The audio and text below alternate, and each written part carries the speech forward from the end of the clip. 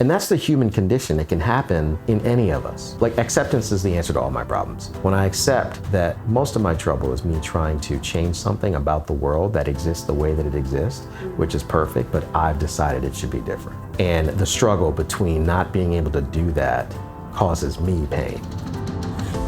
Welcome to the Knowing Podcast. My name is Christene Marie.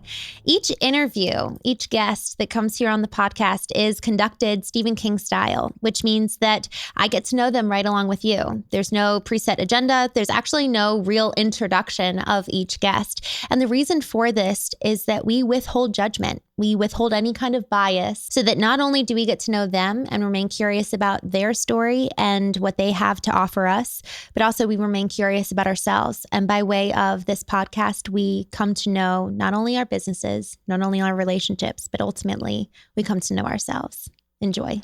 Phillip Nathraim, it's so good to see you. Yeah. Thank you for being here with us today on the Knowing Podcast. Yeah, thank you so much for having me. I'm just in awe and impressed at the setup that you have here. And I know just how hard it is to put together a good production and a podcast and chase these interviews. And I'm just honored that you'd want to spend time with me. So thanks for inviting me. Yes, thank you. Thank you for coming. And we were chatting about these cute little mugs here. Yeah. And we were chatting about it before we started, and I was like, wait, we need to get this captured, because you were saying something really beautiful about essentially maturing into entrepreneurhood.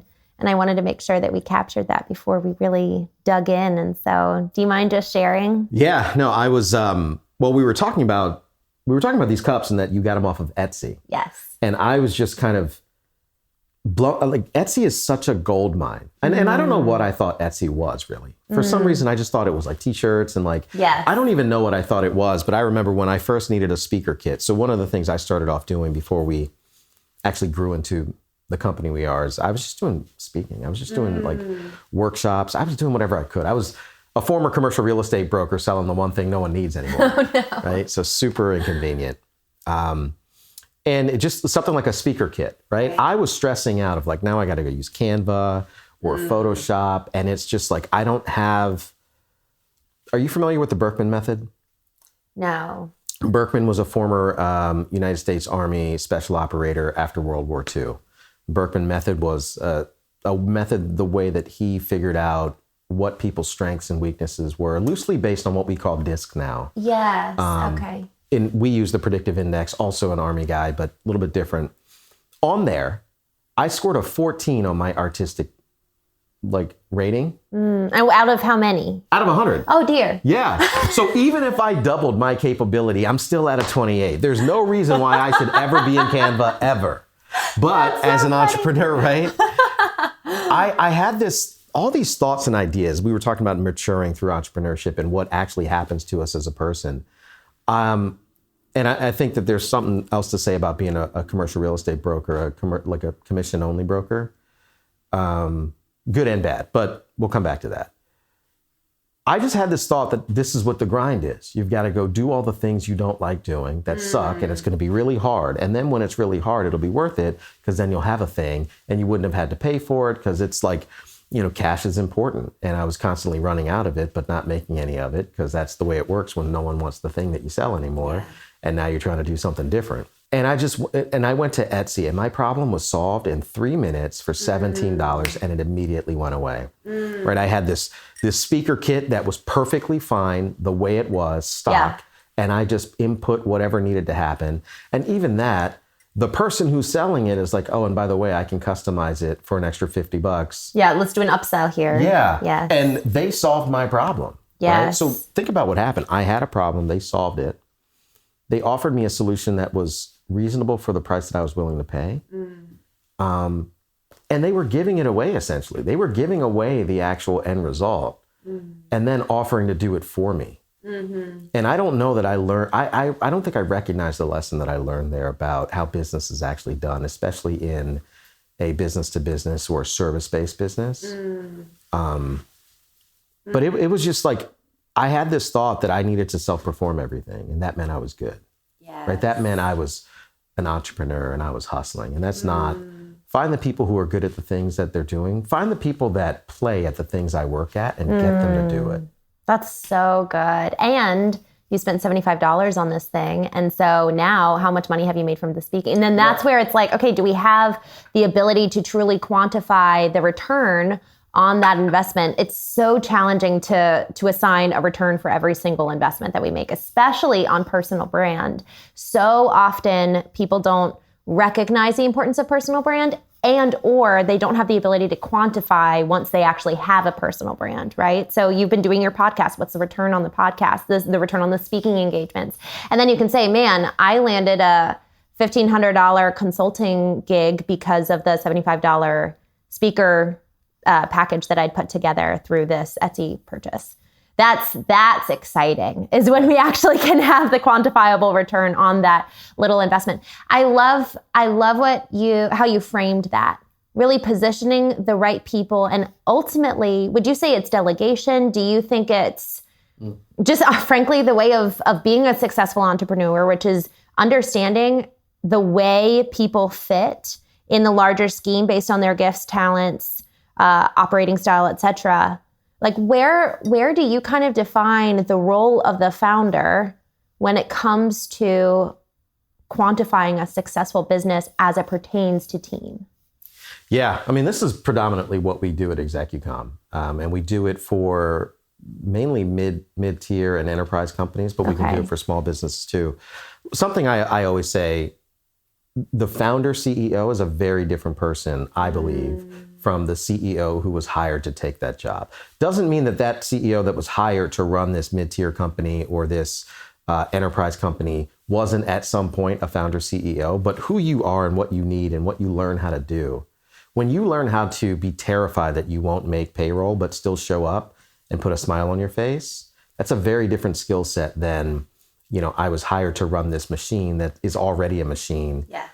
And I just need to make sure it doesn't break and it will inevitably do better. Versus literally creating the machine from the ground up. Right. And so what we do is we apply behavioral analysis to make that simple, right? We can make it predictable based on their behavior. Don't hire a fish to climb a tree. Don't hire a who? Don't hire a fish to climb a tree. Oh, a fish to climb a tree. It's not about putting people in a box, but a fish will never be able to do that, right? And creativity, by the way, happens within confines. If I told 100 people, draw me a picture, they probably wouldn't know where to start, and I'd get the wildest pictures. I'd get nothing. I wouldn't be able to do anything with it. Yeah. But if I told 100 people, draw me a picture of a sunset, I'd have the most creative sunsets that you can think of. So you still need some sort of confines, just not a box, right? Right. And so to answer your question, like, how do you do that? We help them with a software solution that helps people. It's a behavioral analysis, not personality. Okay. And it'll tell you who's think it out versus talk it out. Okay. Right? Who's more independent versus collaborative. Right. Someone who's very independent, who's very a decision maker that can make a quick decision and undaunted by failure. That's a good salesperson, right? Because they're going to fail a lot, but they're undaunted by it and they can just make those decisions quickly. They're probably not going to be the most collaborative. So having that person run your team meetings and, a design team with 15 people that takes they will lose their mind, right? But even more granular than that, I think getting to your question of like what we were talking about, how do you find the person that has that natural gift and that talent? It depends on where you are in the cycle. If you are scaling your company and you've got 10 or 15 people and you're trying to organize folks, we can help you. And I think that that's where we apply the emotional intelligence and understanding. First of all, figure out what their gifts and their genius is. And then where does it fit into your overall business strategy? Why do people disengage? Why do people quietly quit? Because they're probably not being led the way that they need to. I take my shoe off and put it on your feet. We're not going to run the race very well. Yeah. And it's not going to be because you're not a great athlete. It's not going to be because you're not training hard enough, or you're a Gen Z, you're a millennial, you're too old, you're too this. It's not any of those things. You're wearing the wrong shoe. But so identifying that and making sure that they're in the right place and communicating to them, like, it's situational leadership. If you are a talk it out person, I'm going to call you. And we're going to have our catch-ups and our one-on-ones calling you. And I'm going to update it in a system that we can all go back to and keep track of, because what gets measured gets made. But if you're a think it out person, I'm going to write some things down. And it's leading those people that way. And the reason why they're disengaging, one, it's communication. Two, I think it's upskilling. People aren't seeing that there is a place for them to stay here, right? Or where would they go from this? This doesn't benefit, this doesn't help me get better. We are enterprising by nature, right? The human being, we invented a wheel and then we just invented a better wheel. And then we invented more things to put the wheel on that had even better wheels. Like, we will always make the thing better. That's just an enterprising nature about human beings. What's something you can say about humans is that we improve. No matter what we're doing or where we are, we make a fire. All right, now we're going to make a bigger fire, right? What are we going to do with that fire? We're going to go cook something. Now we're going to make even more. Right. And giving them the space and the opportunity to do that, I think, is helpful. But then also making sure that it aligns with your business strategy to begin with, right? If you just there's a lot of people that are all about their team and their people, and they say all these like very good words. But the reason why those departments shut down or the budget gets cut for all of that, like the happy hour that you're doing, that's not driving the business strategy, right? Like, if instead of having yet another happy hour, why don't you find out what one skill set that each 10 of those people that you would take to a happy hour wants to learn, and let's bring someone in and teach them that. And they will stay there for that reason. So, I mean, I love that, really intentionally curating the path for them and thinking through the ways to kind of elevate and spike their own personal fulfillment by way of education, not just another cocktail. Right. Yeah. I mean, the happy hours, the laser tag, now there's Sandbox VR, yes. AR, whatever. Yes. Yeah. A lot of fun. And I think that those things are necessary. But a lot of companies, when they think of building culture or how do we make sure we have the right person doing the right thing, they're thinking about that. I will say that for some of the smaller entrepreneurs, like where our businesses are and where we're growing, or like when you have those first 5 or 10 people, or like smaller teams, or even if you're using independent contractors, the thing is, find out what you need first. Right? Find out what your business strategy requires. You might need to start with the what and the where. And the great news is that we have this amazing marketplace because people are enterprising. There's enough people out there that want to either side hustle or are thinking about leaving their company but not quite sure, and want to like dip their toe in the water, which I didn't do. I like fell overboard and had to figure out how not to drown. I did everything that they tell you not to do. No nest egg, no plan.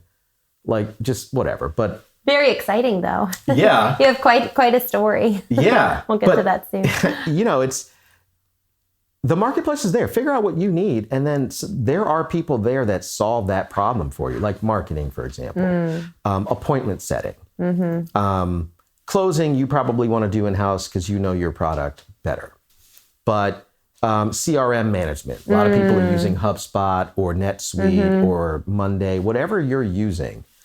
Is your time best spent, and I had to learn this I'm talking to past Phillip here, is your time best spent watching YouTube after YouTube after YouTube, trying to figure out how to use the system, only to then be exhausted by creating the system and then not wanting to use it because you just spent all your decision-making power trying to create it, and it took 3 or 4 weeks when you could have hired someone. And while it may have been $1,500, maybe even more expensive than that you had to put on a credit card, they would have done it in 2 or 3 days. Yeah. You would have then sold your product. The average product is what? Say your average product is $5,000. Could you have closed one in 3 weeks? Could you have even have a viable conversation with 2 or 3 people that you can keep track of? So you mentioned before we started, you said kind of the where and the when, and then the who and the how. Yeah. So the where and the when is really kind of the first initial questions that early stage entrepreneurs should be asking when it comes to business strategy and then building out their team. Whereas for middle tier companies, they should really be asking the who and the how. Yeah. Or, I mean, you can apply those two sets of questions at any stage in the business. It just depends on what you're trying to do. If you're rolling out a new product, even if you are an enterprise, now you would consider the what and the where. Do we need a project manager? Do we need an analyst? Do we need, like, what do we need in terms of function, and where do we need them, right? Do we need them on our products team? Do we need a marketing analyst to go figure out who are we actually competing with? How do we validate, before we build this thing, how do we validate that it's a good thing to build, or that if we're going to sell it back to the current client list that we have, which is probably always the best, find the customers you're already working with, find out what new problems they have, and then go solve them, right? So maybe that's more of an analyst that can go and make those calls. Right. So what, where?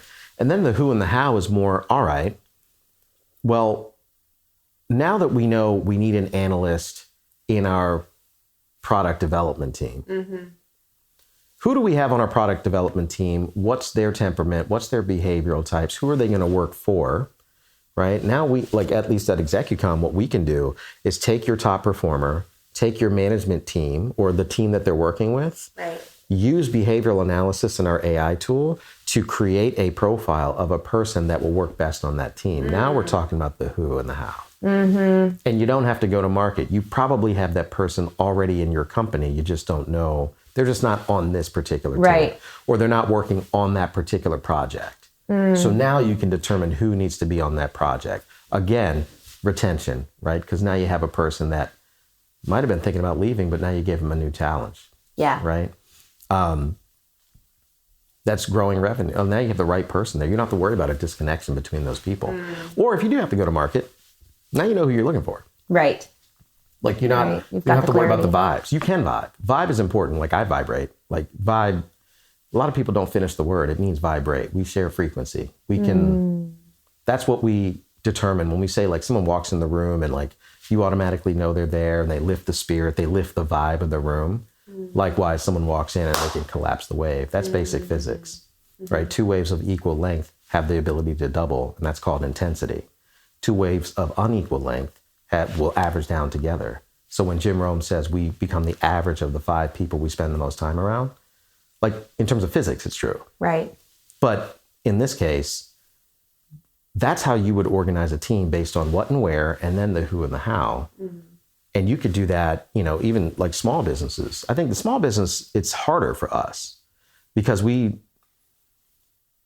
revenue generation is probably the biggest concern that we have when we're small. So it's like, well, do I hire a salesperson or do I hire someone to be more strategic with me? You're making a different decision based on the what and the where. Do I hire more of a delivery person and then I'm the one that focuses on the sales because I can tell the story better than everybody else? Well, and the founder's so integrated into the business still, right? They haven't necessarily moved out of it. However, I have one of the things that's been meaningful to me as I've been kind of listening and having a thumb on the pulse of just what other people are doing and kind of expanding my own case study, if you will, in terms of, oh, I like that one and I like that piece of all these different businesses and the way they've all gone about building it. It's kind of cherry picking the wisdom from each that resonate. One of the things that a friend of mine was telling me was that one of their first hires was someone effectively to replace him.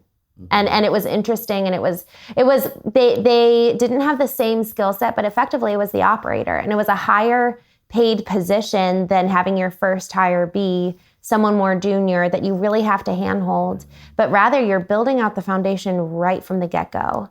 And I think that that's something that a lot of times if now granted people listening to this are at much in terms of variability where they stand with their business, for those younger early stage businesses, it is really interesting considering what is that first hire or I have only ever hired one person one time. Everyone is a contractor. And that's been very intentional because now I've got copious entrepreneurs that I'm working with who all hold a very similar standard of excellence to me. Now I don't have to go back and really check their work. And I can hire at my level kind of right out of the gate.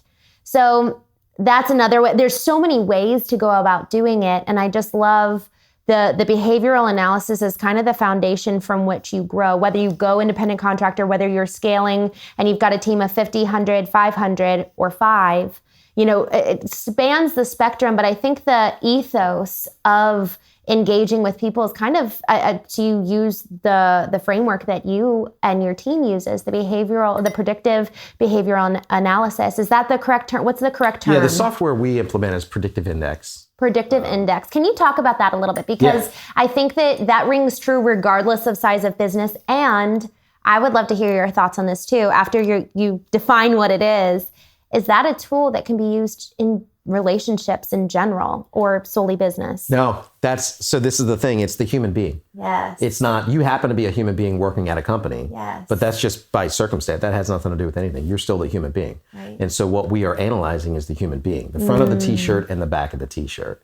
We connect the head, the heart, and the briefcase. Right? What a fun way to put that. Yeah. And so, because most of what I talk about is emotional intelligence. When people, that's what leadership, there's a reason why leadership development, business coaching, therapy, recovery, it all sounds the same because it's all the same thing, right? It's the human condition. Maybe, the way that we approach leadership development and talent management is centered around communication, influence, and decision-making, because those are tailored towards your business. But the next layer under that, how do you make good decisions? Well, you clean up your resentment, your selfishness, your dishonesty, your fear, right? That's all personal development. That's something you'll do in therapy. Where did all that come from? Well, probably childhood. So let's talk about why you keep recreating the same relationship with your manager or that one person that you dislike with the family member that had the biggest influence on you, because that's driving a lot of your decision-making.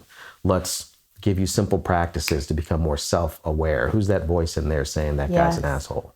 Because it sounded like you, but you didn't say it. So who was the one that said it? Who was the one that heard it? Right? Self, and then the narrative. I mean, we could talk about that all day long, but.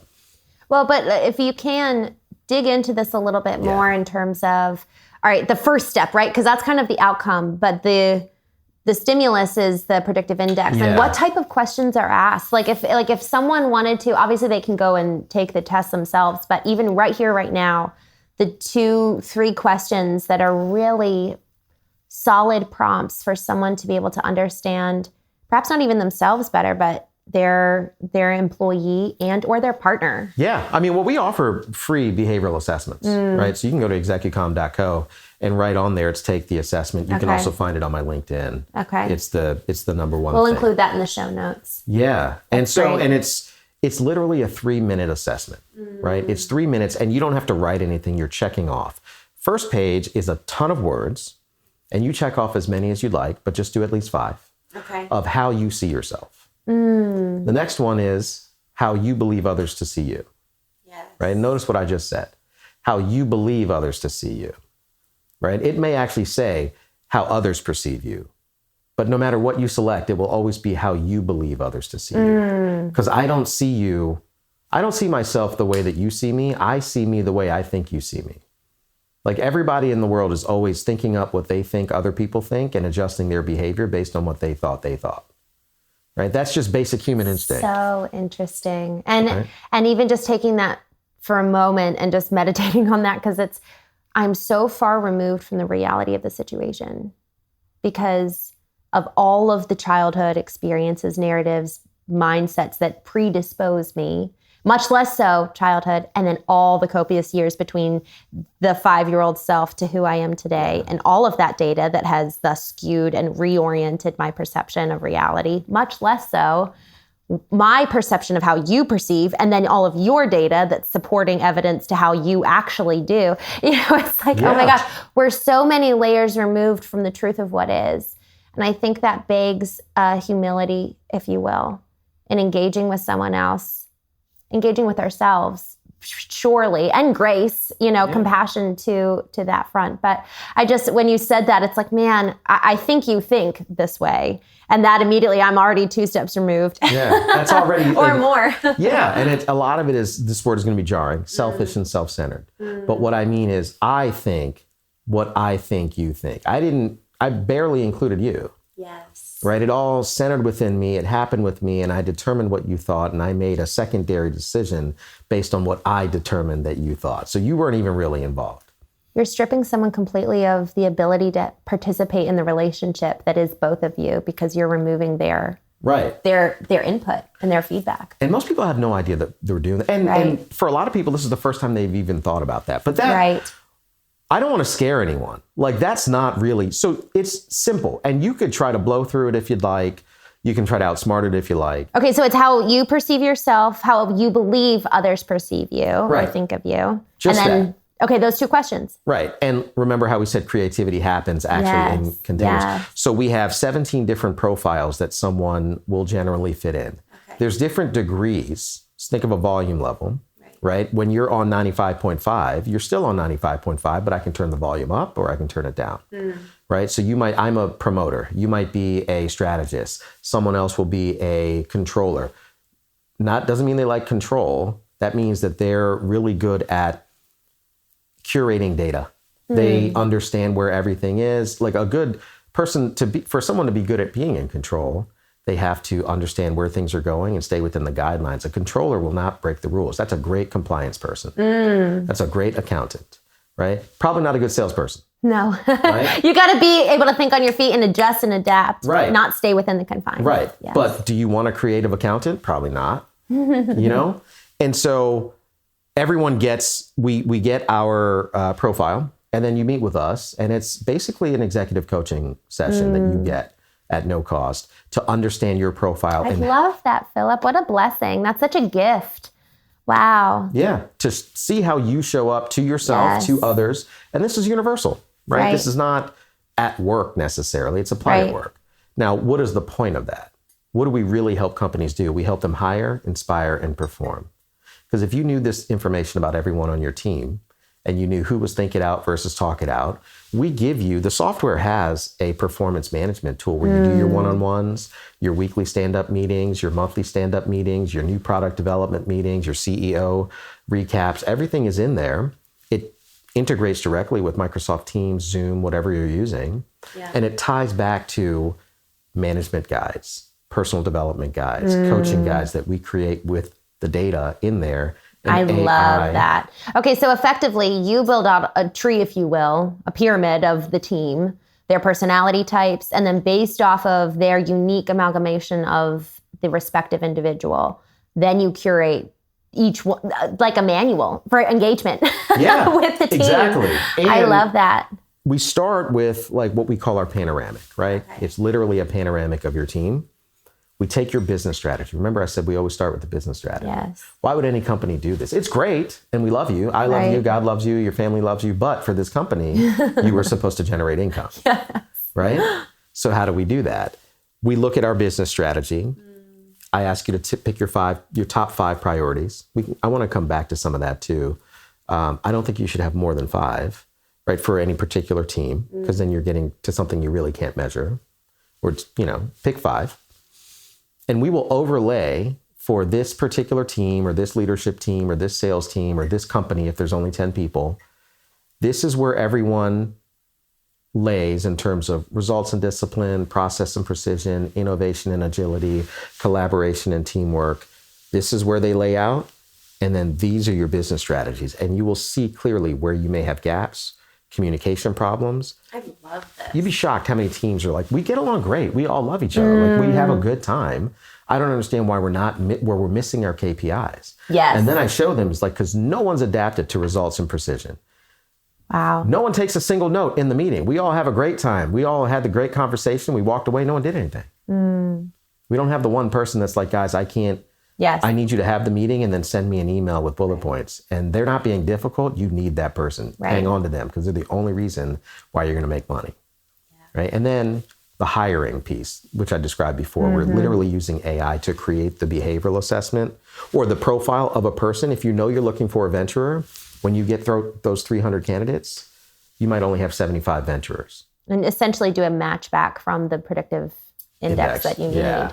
And then, we can help you do the first pass of, awesome, whatever you need. But talk about efficiency. My gosh. Yeah. But for the smaller companies, you mentioned something earlier, like when we were talking about how do you know what you need? I think it's knowing who you are. If you know you're the visionary, like I know I'm a promoter. I know I'm not a great note taker. I don't remember the last time I have a journal. I don't know where it is right now. I have my own personal development journal. Right. But like things where I write notes for work, like I'm so bad at that. I have to hire that away. You have to know if you're the visionary, you probably need an operator. Right. If you're the operator, you probably need a visionary. Who's the managers and who's the makers? Right? Make sure that you have what you need to be successful, as opposed to what I did was I didn't know what I didn't know. And I kept thinking, and I don't know, I kept thinking that I needed to make my weaknesses strengths. And I think a lot of us think that. What a good... Like, because I'm disorganized, I thought what I need to do is figure out how to be more organized. And I need to force myself to go through whatever process it is to get better. Right? If my, I took it like lifting weights. If my squats are weak, then I need to squat to get stronger. That works with your body. But with our business, if that's a strength, I need to fill that gap with the person that has, if that's a weakness of mine, fill it with the person that has that strength. Right? They will play at the thing I work at. I'm exhausted just at the thought of creating a spreadsheet and organizing things. There's some people that thrive on that. Who are those people? Phillip, so I want to give a quick analogy for the visualization of what you're saying. One of the top performing entrepreneurs I know, he's got 5 successful businesses, 2 exits. And he likened this concept to a wheel. The entrepreneur. And essentially, ideally, you've got 5 equal spokes of equal length. And each one of those represents the core aspects of running a business, the financial, the operations, the product, the fulfillment, et cetera. And if we think about if he's weak in one area and maybe a lesser weak, but still a little bit weak, now you've got an uneven wheel. So it turns and then it falls and then you got to kind of get the momentum and then it falls again and then it falls again, rather than filling in the gaps to equal out the spoke with the right team members. Because from the time it would take to put the right people in place versus the time it would take to develop the full completion of the spoke, much more so, how far can you go alone versus the company of multiple. And so I loved that visual of kind of getting, you get started and ramp up and then you pause again because you fell on yourself. And I'd be curious when it comes to the mindset behind the entrepreneur, the founder being willing, I would anticipate that most founders and entrepreneurs are high performers. Some semblance of type A and very high expectations for themselves. What's a mindset, would you say, the chief mindset to allowing the grace to hire and backfill rather than I'm going to seek to grow in this way? What's the mindset there and how do you determine this is an area for growth or this is an area for hire?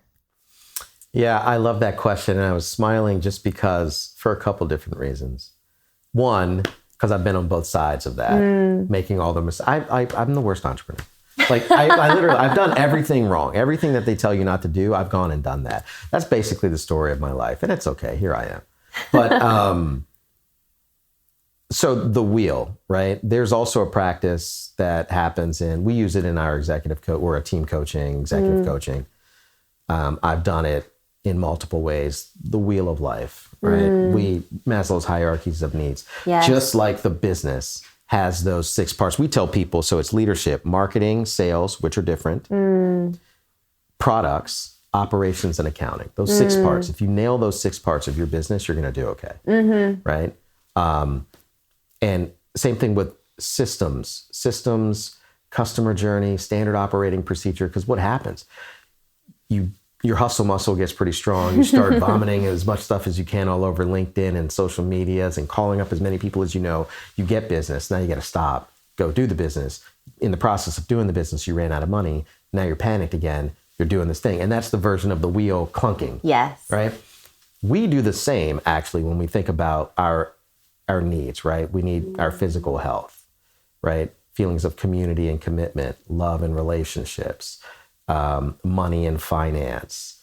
And then, we keep going up, fulfillment, environment and community, right? Which is different, right? Our environment, if you really enjoy the outdoors and you live in a big city, you're probably in the wrong environment. If you want to be an actor and you live in Akron, Ohio, you're in the wrong environment. But if you want to be a stock trader and you don't live in New York, right? You might be in the wrong spot. You get what I'm saying. And so we take a look at that. We get people to rate themselves. I give you a list and I give you a pyramid and I show you, this is generally how it stacks up. Fulfillment is the highest on purpose, right? We want to feel fulfilled. Physical well-being is on the bottom. Because if you don't have your health, it doesn't matter how many other priorities you have. If you lose your health, you will have one priority. Yes. Right? And rate yourself from 1 to 10 of how you how you feel, you line up on those things. Yes, I love that. And then we plot it on a wheel, and you'll see how well your individual as a person rolls. Right? Oh, I love that, Phillip. Right? And so we take the approach of like, all right, I said I want more money, but why do I want more money? So I can spend more time with my family. So what I really want is to spend more time with my family. What stops me from spending time with my family? Well, and then you insert those 3 things. That's what you focus on. And so you do and that's with the individual. And that's like the first, and so when you do that, you will eventually will get to the point where we do some other exercises, and now your decision-making ability dramatically improves. Your ability to communicate and influence others dramatically improves. You become a better leader. We can do the same with the business. Right. And it's looking at but now you're looking at your standard operating procedures, your custom. What have you documented? What are you doing? Where are you really lacking? So you found that like your marketing or your sales is down, and by default, because sales is down, revenue is down on your wheel. Well, what's causing it? Right? You fix the thing that's causing it. You solve the problem, we treat the symptom, not the, yes. I mean, we treat the cause, not the symptom. Yes. Right? You don't put a bullet hole on a Band-Aid on a bullet hole. Yeah, we want to treat the root issue as opposed to just putting a Band-Aid. We actually need to get to the root of it and clean it out. And we need help. The other thing, like I guess the real answer to you, so like a broken mind won't fix a broken mind, right? The same thinking that got me in this mess is not going to be the same thinking that got me out. Right. I need to learn how to think differently. I may need to act my way into a better way of thinking. So I'm going to need to start taking actions that I don't feel is a good idea, that feel very uncomfortable, that I even feel embarrassed or silly about, but then on the other side of it, now I have a new set of thoughts and a new set of words that I use with myself. Words, thoughts, and actions. Same thing with the process of, I need to get the help I need, figure out what's going on. And it may mean doing something that doesn't seem like it's the best spend of time or money. Right? You might think, let me just get more sales. Let's run an ad. Let's run an ad on LinkedIn. It's like, all right, but you have this leaky bucket. Even if you got all of those leads, where would they go? The people you have there's this thing here that's not going to work even if you did more of that. Right. And what's so interesting is when we think about the leaky bucket. I mean, I saw it as you said that, like we're putting more in and we actually can't sustain it. And gosh, talk about radical responsibility. It starts with us thinking about the group bucket as opposed to each one of us has the individual bucket. And we got to fix our own bucket first before we really can proceed to do that with the team. And you can do it simultaneously, but I love that you said starting with a personal assessment and then moving out from there. And even as you were talking about the way in which you all go about looking at the company level, we can do that with a family too. You know, there's different strengths that the kids bring, that the parents bring, and how beautiful if we really understood the frameworks of our families and understood the opportunities to even add in. Man, like this family that we're friends with, they could really supplement and add to our lives because their strengths are in these regards. And I think that that's really, really curious. If we were to start thinking, I had this kind of revelation. This is when I was still married. It didn't work out too much in practice because there wasn't much time for implementation. You got one under your belt. We were talking about that. You're going to end up with 2. Most people can't even get 1. That's such a beautiful way of looking at it. But I just had this revelation and I was like, man, my husband and I really need to start operating like a business. You know, what's our mission? What are our supporting values? And thinking of the nucleic family in the realm and under the guise of a business entity, because how else do you measure success? Whether our marriage is well and thriving and healthy, whether our kids are feeling supported and loved, if we're not doing the check-ins that the employer would do with the employee, thinking of doing that with our kids. You know, how are you? How are you feeling? And asking, questions that are tailored to the child, but still having that mindset and outlook to the nucleic family as the same or somewhat similar to how we would look at a business, because we're constantly analyzing the health of our business. However, we never analyze the health of our family, much less so ourselves. We try to compartmentalize these things as if though they're so different. I mean, there's certain boundaries, right? Boundaries was a hard thing. I'm 41 now. And I think I just figured out, I'm just like a slow learner, I guess. Like, You've said a few things about like you've failed a lot and you're still a loner, but I just wanted to reflect back to you. I think that that's actually what lends to these lessons running. So you're a deep well, and they run deep within you because of the lived experience. And so I want to thank you for being willing to trip and fall so that you now have so much to give. Yeah, no, I appreciate it. Yeah, like I needed a lot of help, so now I have help to give. And, yes. And I got it from something, outside of myself, seeking that relationship. And what it's done is allowed me to connect with people, strangers, differently and better. And I'm pretty good about being open. I'll tell anybody anything. Yeah. Probably, to the point of like getting back to boundaries. Like maybe I shouldn't. So there are certain boundaries, but like, the process of thinking about the relationships we have with the people in our life, and finding it's not really all that different, right? When you do a one-on-one with an employee, most people are doing that as a time to check in on the tactical stuff they should have been doing anyway.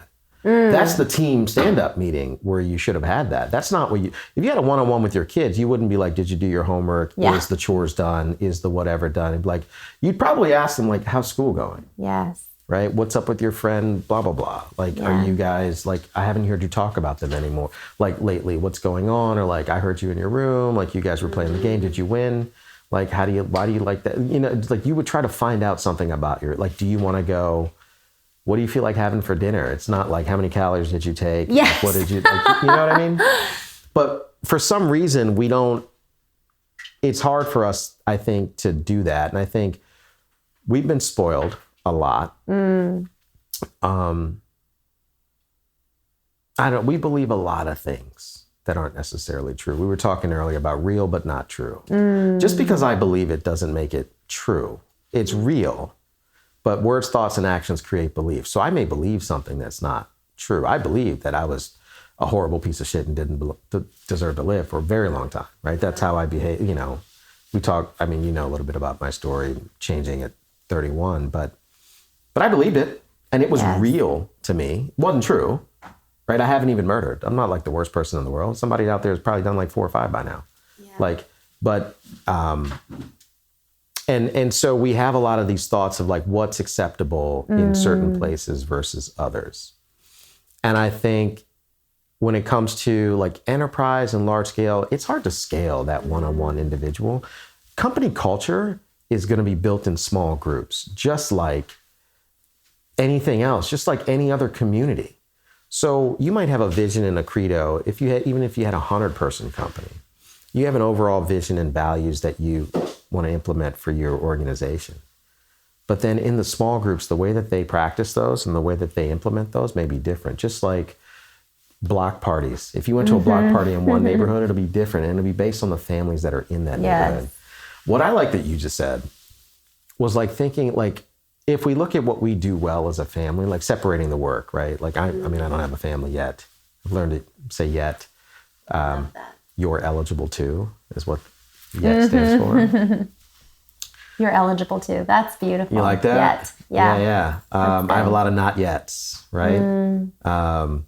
Good and bad. So like when I'm like, oh, well, that hasn't happened. Like, thank God I didn't do that. I was like, well, you keep. Yes, keeping vigilant to protect you. So because you're eligible to. Right.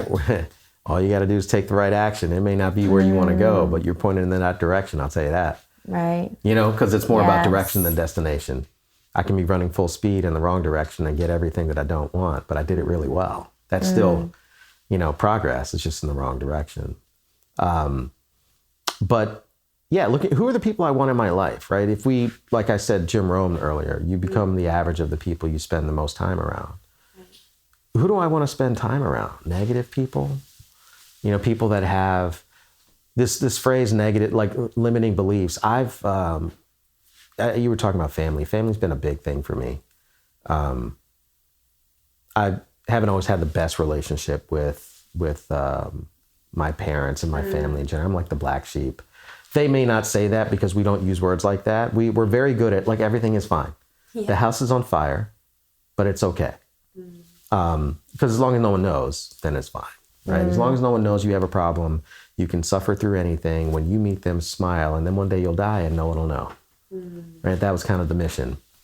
And And I used to think it was cultural. I used to think it was because I was Indian, right? And we get real good at that. It's like, oh, it's like just, South Asian family. We're real good about keeping secrets. And then I go through this period of getting sober and recovery and all the work that happens within that. And I start seeing all these similarities of other people who are not South Asian, that think the same way, that believe the same things, that have a family that's similar. And I think it's all because of alcoholism. And then I stay sober a little bit longer and I start doing some more work. And then I start realizing, no, like that's but a symptom of another problem. There's all this other dysfunction that happens. And that's the human condition. It can happen in any of us. Right. And not everyone is going to be willing to, like, acceptance is the answer to all my problems. When I accept that most of my trouble is me trying to change something about the world that exists the way that it exists, which is perfect, but I've decided it should be different. And the struggle between not being able to do that causes me pain. It almost is similar with you believe and it's real for you, but it's not true. Yeah. It's like you want it to be different. You're seeking to change it and it will always be the same. Yeah. And I can't change anything or anyone but myself. So it's not about what needs to be changed in the world, but what needs to be changed within me and my perceptions. That's so good. And so, because my parents, my family, they've all stayed the same. Our relationship has changed, right, but to the extent that I have changed. And in the ratio of how much work I've put into changing me. And they've stayed the exact same. And maybe through osmosis and a little bit, I've worn off on them from time to time.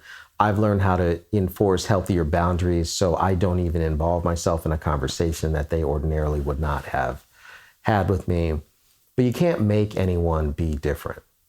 But I still need a family. I still need people in my life. I still need someone to have fellowship and thoughtfulness and bounce ideas off and talk about crazy stuff with and go have fun with. And that doesn't always need to be your family of blood. To your point, I'm really, really grateful. If there's anything that I'm grateful for, all of that mess I went through has helped me build relationships with other people. And I've done that in probably, I didn't even know that I wanted this. If you would have asked me what I wanted at age 31 when everything was on fire and I had nothing, I don't know. I probably would have told you I wanted a shower, a bed to sleep inside, a job, a girlfriend, like all the things that like just so superficial.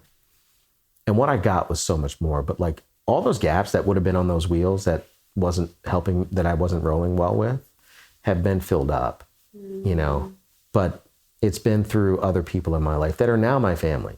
Not saying that I don't love and value my family, my actual family. And it's, my family and I are having the best version, we're having the best relationship that we are all capable of with each other in this moment in time. What a beautiful way to frame it, that we're capable of as of right now. Yeah, and they gave me everything they had, full tilt. They didn't withhold love. And I watched my father work really, really hard to provide for us. And as the only person working in a family, especially when he was about my age, when I was 2 years old, and I look at where I'm at, and it's like, so there's it's a perception that I'm only capable of having now. But even with that, I don't know what made me think about that, because you were talking about like families, like who do we want to spend time around, and like what helps us all thrive in community better. It's the same way you would do in a small business or a large business with your teams. We have 10 teams. How do they thrive together? It's by making sure each team has what they need. And that is company culture. Company culture is meeting business goals together, business strategy, people strategy, that equals business success. And by default, you have a good culture. It's not, we go to happy hour. Yeah. That's good. But I don't know. I don't know what made me think about that. But it's like, you don't always, like you may not, asking for what you need from the right place. Again, going back to don't hire a fish to climb a tree. Expecting someone to be different when they're not capable or they don't want to. Like, they might need help.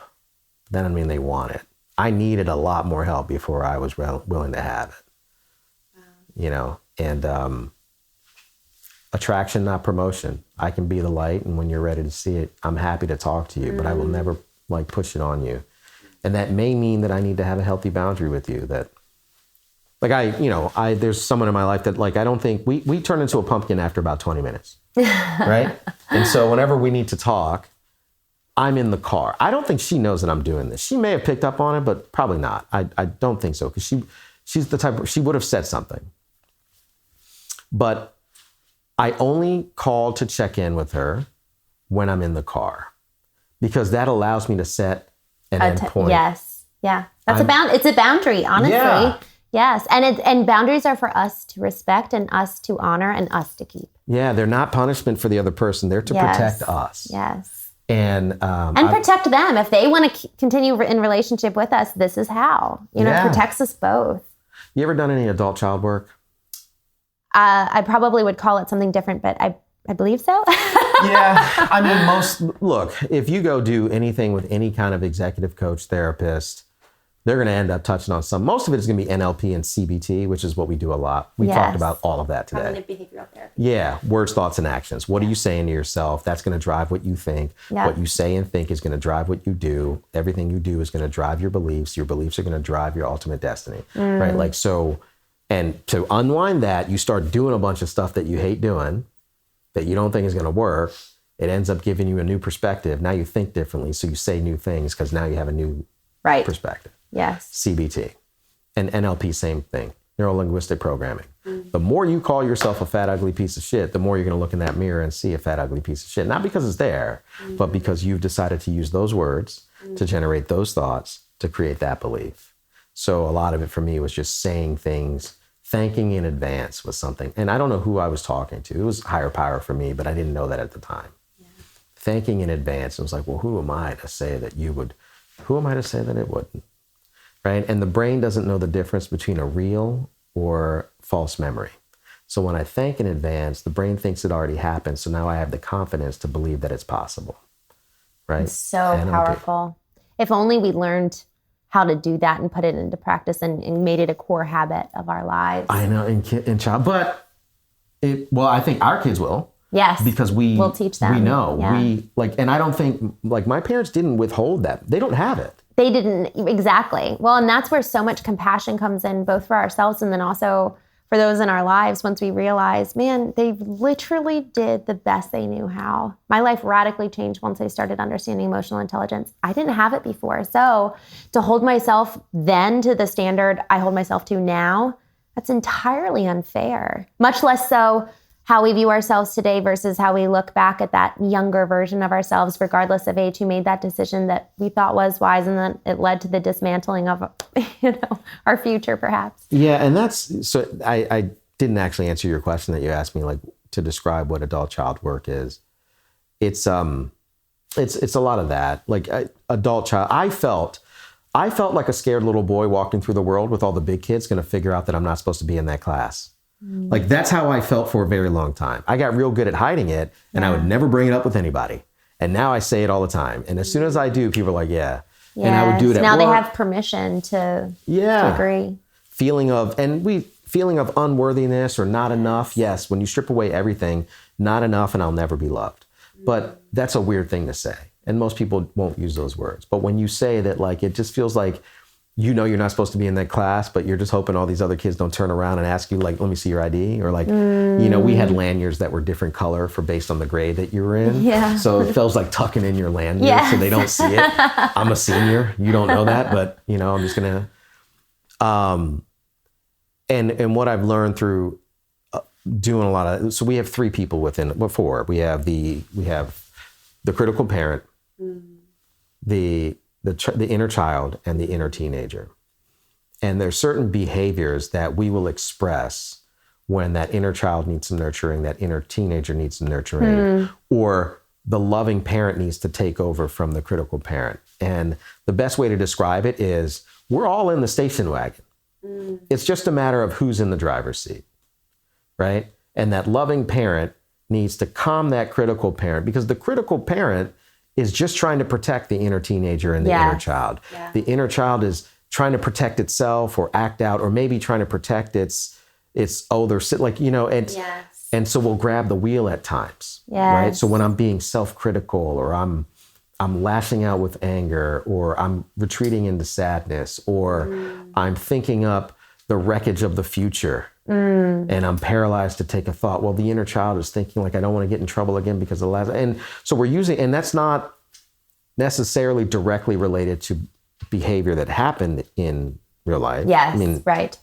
It is. Like, I was very good at being seen but not heard. My job was to get straight A's and to stay out of the way.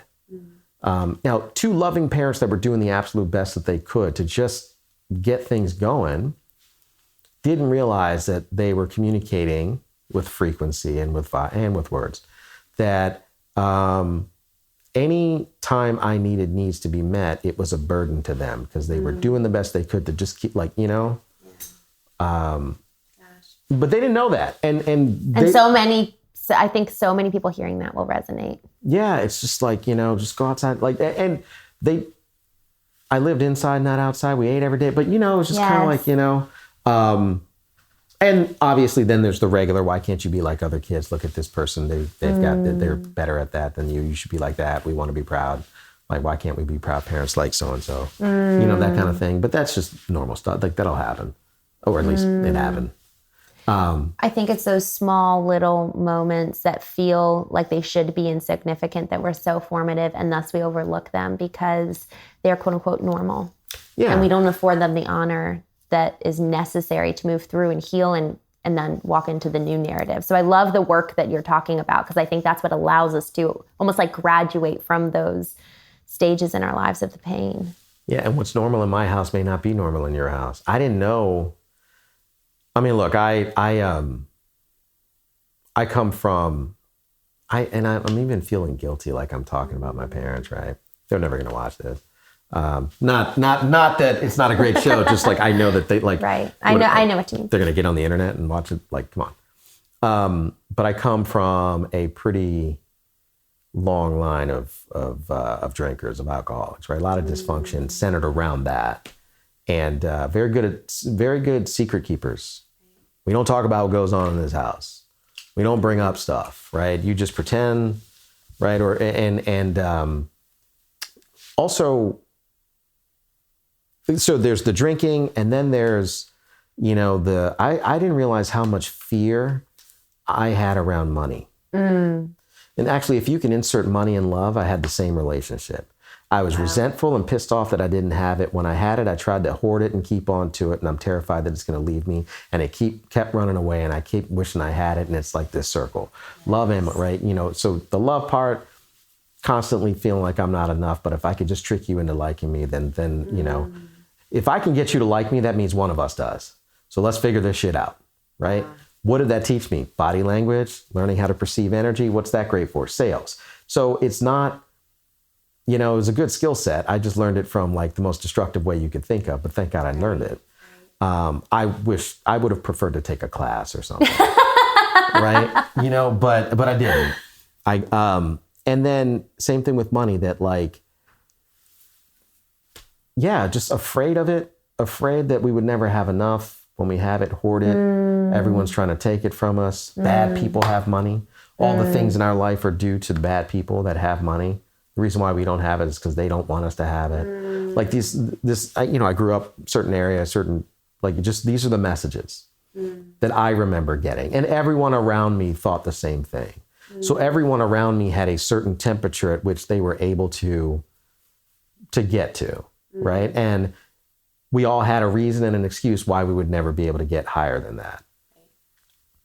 And then here I am. Thankfully, I bottom out, crash and burn. You know, I ended up postponing my suicide so I can watch Law & Order SVU. It was my favorite show. And, you know, I was on and off homeless, and I was a mess, cutting myself. Like, I was a mess, very messy. Thank God I was, because through that mess, right, I needed a lot of help. So now I have a lot of help to give. And, but, you know, thankfully I crashed and burned, and now I'm living differently. I'm doing differently, so I get differently, right? Mood follows action. And I had some really, really great people that didn't care about my feelings enough to actually show me some good actions. They'd rather step on my feelings than stand over my grave. Wow. Right? And that's where I was headed. What a word. You know? Yeah. And so here I am 10 years later, but I'm different from like where my DNA comes from. Yes. And I think differently. I've learned how to behave differently, and I don't. And there's like this sort of like, you know, I'm an entrepreneur. I run a company. They're like, what do you do? Like, you know, that's not how we do this. Or like, you're going to fail. Like they almost like kind of, not that they want, you're holding a mirror up to them as something that maybe they wanted to do. So kind of they want you to fail so they can feel okay about, see, we knew it wasn't supposed to happen. Right. Now they may not mean that in their words. And I don't think they're bad people, but that is how it's communicated. And the less I have that around me, the more people like you and other people, that's how we're gonna do it. But it does mean kind of having this pretty strong and very healthy boundary around, you know, my family, and I don't talk about certain things with them, and you know, heading into like certain holidays and stuff, I don't go to family events because my idea of entertainment is not getting as drunk as possible. Right. And gossiping and talking negatively about the woes of the world or other people and what they have and what we don't have. And they're not bad people. Right. I don't know why I have to keep qualifying this. That's more for me than it is for you, because I feel guilty now. Well, what I appreciate you saying that is because so many of us, we have this preconceived mindset towards when it's very obvious. You were like, well, I haven't murdered, you know? And it's, if there's not abuse, if there's not these very apparent, obvious flaws, perhaps, that we all know because society deems them as this is unhealthy, but it's all the small little, I think of like capital T trauma and small t trauma. And it's all the small t traumas that really do get overlooked because we don't understand the gravity of the impact. And I really appreciate everything you've shared, Phillip, because I think what it has done is that it's shown a limelight on what so many of us ignore and overlook and blow past because of our doing, rather than sitting and being and examining the state of our souls and assessing, man, that doesn't feel right. You know, when we're vertically aligned, we're aligned with who God made us to be in the first place. And then we can actually move from that state and assess all the physical, horizontal dimensions, if you will, of that actually felt off. The way I said that or the way they said it to me, it wasn't a massive blowout. It wasn't perhaps yelling, screaming that are the obvious ones. But it's the small intonations where now if we're aligned, I call it intuary rather than intuition, because the intuary is the Latin word of intuition, and it's actually predicated on something so much deeper than the kind of the English definition of intuition, which is like your feelings. But the intuary is this sense rooted in the experiential knowledge of something deeper, which is really going to lead you into understanding the truth.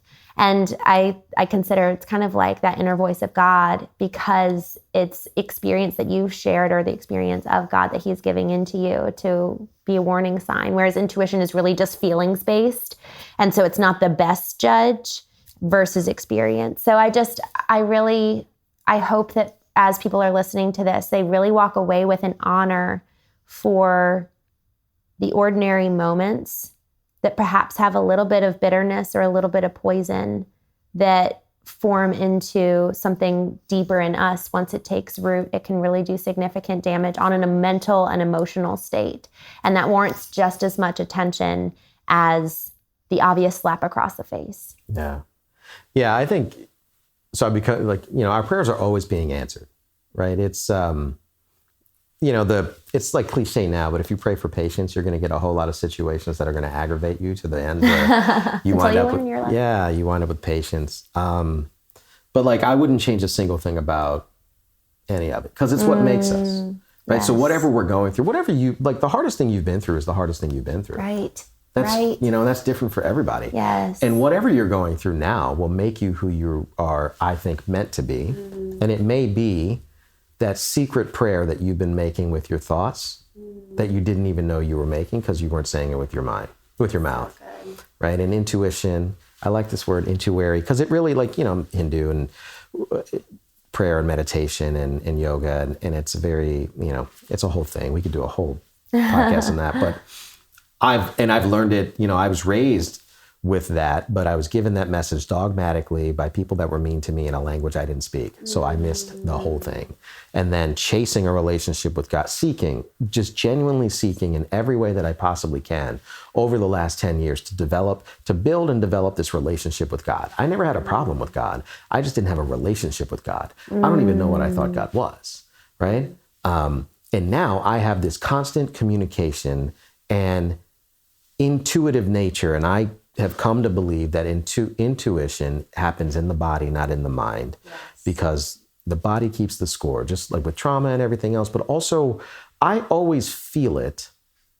We have everything we need, right? I always feel it, and if I'm open to it, that constant communication is there. I think thinking of communication, it's not just the words we use or the body language. Yes, 55% of all communication is nonverbal, 38 is tone, and only the last 7 are the words. But that nonverbal, I don't think we give enough credit. We communicate on so many more things than just like words and gestures. There is when the person has stepped in the room that you ought not to be around, right? You know that. I think women have a little bit more of that than men because you're tuned into more frequency. Even your eyes. Like you can look at your child and see a small change in color of the skin and know that they're sick.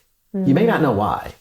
Right? Yes. A lot of women are like, I think something's wrong with them. I don't know what. They just know. Yeah, but it's because they're perceiving that. We're just not being taught that. Yeah. And like, I don't know, there is a communication. That's why I love your show being called The Knowing. Because for me, it was like, I used to say my beliefs, and I would always talk about my beliefs, and I believe this, and I've come to believe this. And I didn't realize up until maybe last year in a meditation meeting when I was asking for help, and he was sitting right next to me and didn't know that. And, and he's given me some instructions, and he's not even from DC. He wasn't supposed to be there. Neither was I. I wasn't supposed to. I just happened to be in. I was like, let me go check this. I don't know. Well, I do know that I was asking for that subconsciously somewhere in some way. And God answered. And it's exactly what happened. Right. And so, but I'm a lot more clear now about what are beliefs and what I know. We only believe because we don't know. Right. And I know that there's something beyond us because I've experienced it in more ways than just the esoteric, let's hope like hell it's true, because if it's not, that means, like, you know what I mean? Yeah. There's a lot of people, like, I don't think I was ever atheist. I don't think I knew what agnostic was. And there was a period of time, I meet people that are like, oh, I don't believe in anything. And then they knock on wood. You believe in something. Yeah. You just don't want to call it God, which is fine. Don't. But let's acknowledge the reality of the situation. There's something there. There's something there that you feel connected to. Maybe it's just the power of each other. When we say namaste, may the light within me bless the light within you. And guess what? We have energy within us. Our bodies we can hold a light bulb. If you get enough static energy, there's light bulbs you can go buy from Home Depot and turn them on. I didn't know that. There's light within us. That's why blue light is so dangerous. And like, we spend too much time around, people don't stop to think about how much if you believe in Wi-Fi and Bluetooth, why is it weird that I say we communicate frequency? Phillip, there's so many more things to be said about all of these things. I know. Anyway, we'll just need to do a second episode. Thank you so much for your time today. I really, really appreciate it. We're at time, I know. I want to ask you, what is one book that you would say is the best to kind of get people started in this? Obviously, take the Predictive Index, but what's a book that really transformed your mental state? Oh, God. I have a whole reading list. What's one book? Can I give you 3? Give me one, and I'll put the other 2 in the show notes. Or post it on your social, and I'll have to follow you for it. I love doing that. The Science of Getting Rich. Okay. I've never read that. Okay. You can read it in 2 hours. Wonderful. The Science of Getting Rich. The title may be misleading. All right. I'm so excited about this. The Science of Getting Rich, right? And it is an exact science. And he gives you exact instructions. And I'll tell you, spoiler alert, none of it really has to do with money. This is so exciting. Okay, so when this episode comes out, will you post on your social the link to the predictive index and then also the other 2 books that you recommend? Yeah. I love it. I will. Phillip, thank you. Wonderful All right. to see you. Thanks so much. Thank you for tuning in to this week's episode on the Knowing Podcast. Here's the thing. While you and I can pursue therapy, we can pursue masterminds, network opportunities, there's a lot of external opportunities for us to further engage and propel our journey of knowing self, knowing our relationships, and knowing our business. But what I hope for you is that beyond all the external, that you take the questions asked during this conversation, any revelations that you garnered through listening, that you take it and you actually apply it and go inward, that you take time this next week to do some self-reflection, to get to know yourself through your own efforts, because you are worthy of knowing. I'll see you next week.